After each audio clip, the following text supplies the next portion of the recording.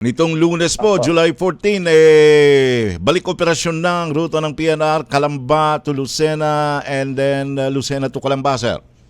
Yes sir, ipinagmamalaki and we're very proud na natapos na po yung mga ginagawa namin na embankment at yung mga tulay na yan po na impacted by the typhoon Opo. nung nakaraang nagkaroon ng flooding diyan sa lugar na yan. Pero dahil nagawa na po, muli na namang magbubukas in fact nagbukas.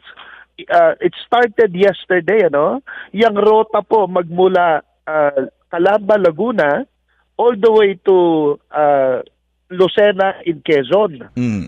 And in that route there are 12 stations, Sa Lucena, sa Ria, Lutucan, Candelaria, Tiaoong, San Pablo, Iri, College, Los Baños, Masili, Pansol at Calamba. 12 stations po yan, sir, na bukas na ngayon at Opo. umaandar na ang tren natin. Opo.